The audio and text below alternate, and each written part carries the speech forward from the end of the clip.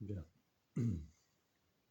Donc, à la question de y a-t-il une conscience, source, cause de toute chose, la réponse que j'ai trouvée par la déduction logique, c'est oui. En fait, il y a une causalité première à tout ça.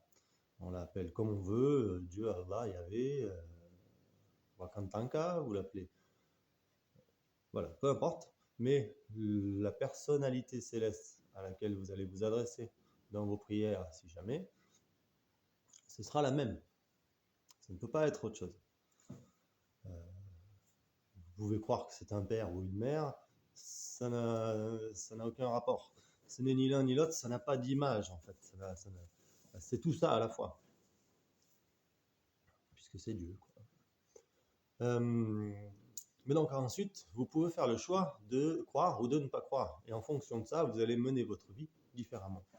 Personnellement, donc, je n'ai aucun parcours, aucune éducation religieuse préalable à un parcours et une recherche que j'ai faite par moi-même dans mon vagabondage céleste dont je vous parlais tout à l'heure. Et j'ai fini par faire le choix de croire, parce que suite à une série d'expériences, euh, j'ai jamais trop pris de drogue, j'ai pas vécu de grands moments de transcendance, hein. C'est une raisonnabilité des choses, c'est une suite, une sorte de suite logique confirmée par des ressentis, confirmée par des échanges et des synchronicités qui ont fait qu'aujourd'hui, euh, j'appuie mon existence, elle est adossée, elle est ancrée dans la conscience du subtil, quoi, du vivant, de la conscience source. Et donc, c'est très nourrissant. C'est-à-dire qu'il y a 20 ans, j'en ai actuellement 40, j'étais complètement perdu, le monde n'avait pas de sens, ma propre vie n'avait pas de sens, j'étais dans des études qui n'avaient pas de sens, un mode de vie qui n'avait pas de sens, j'étais dans le nowhere, hein, dans le néant. Donc ce que peuvent ressentir certainement beaucoup de jeunes aujourd'hui, c'est aussi à eux qu'est adressée cette vidéo.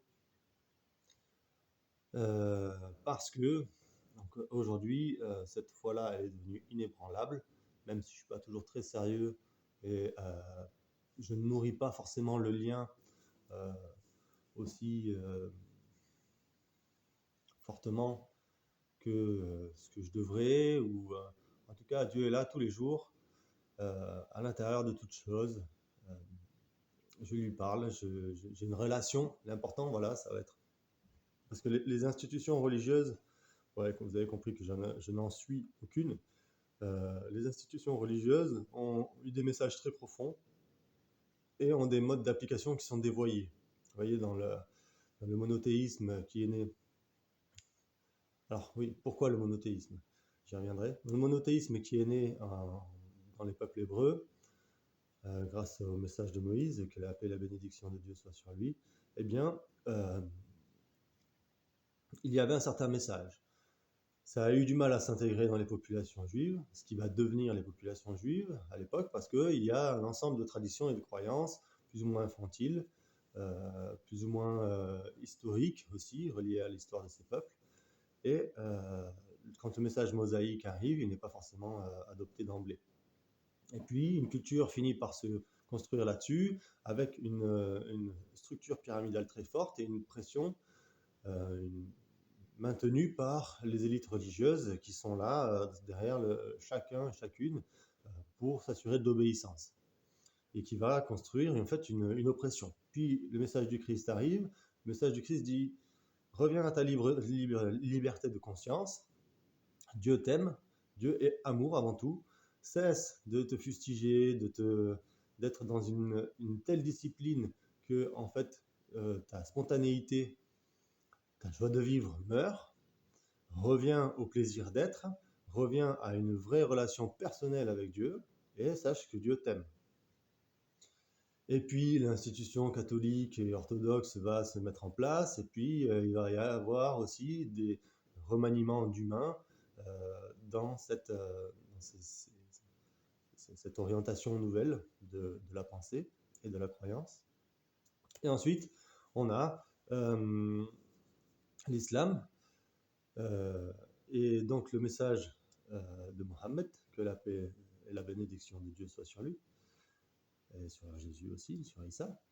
Et donc son message est un message qui a été transmis à des Bédouins il y a 1400 ans et qui est applicable, adapté à ce que ces populations-là avaient besoin de recevoir. Il y a une vérité, des vérités, enfin, dans le Coran qui sont, que j'ai fini par lire, qui sont intemporelles, mais son application, elle, n'a pas, c'est-à-dire la charia notamment, c'est-à-dire son application politique, n'est plus forcément adaptée. En tout cas, elle ne doit pas oblitérer la liberté de conscience. Le cadeau le plus puissant que Dieu nous ait offert, c'est cette liberté de conscience que nous avons. Et si notre conscience intérieure dictait tout à tout moment, où serait le libre arbitre du mental, du mental qui choisit de se déployer dans le quotidien? Donc, pour Dieu, c'est la même chose. À mon sens, bien sûr, avec plaisir d'en discuter, et je prends toujours grand plaisir à en discuter de tout ça.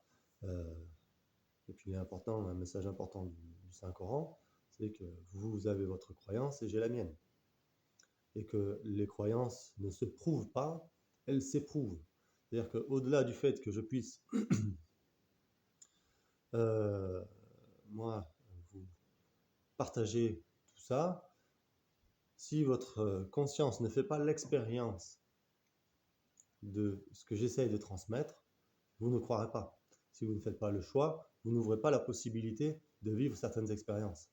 C'est comme quand on prend des psychotropes. Si je ne fais pas le choix de prendre des champignons, je n'ouvre pas la possibilité de vivre ce que l'expérience de prendre des psychédéliques me permet. Et bien là, c'est pareil. Au niveau du choix de la conscience de croire, il y a par la suite une ouverture, une fertilité du mental, de l'être, à ce que la source nous transmet en permanence, en fait. Parce qu'elle n'a pas besoin son message est là, sous-jacent dans l'univers, dans le réel, et il n'y a qu'à se rendre fertile pour faire silence suffisamment, en tout cas pour créer la possibilité que ces messages adviennent. Et vous voyez que nous sommes dans un monde d'adversité, et cette adversité-là, elle a une vocation très particulière. Elle provient, selon les textes, de personnalités et de moments de choix historiques qui sont là pour provoquer de l'adversité, qui sont des choix délibérés.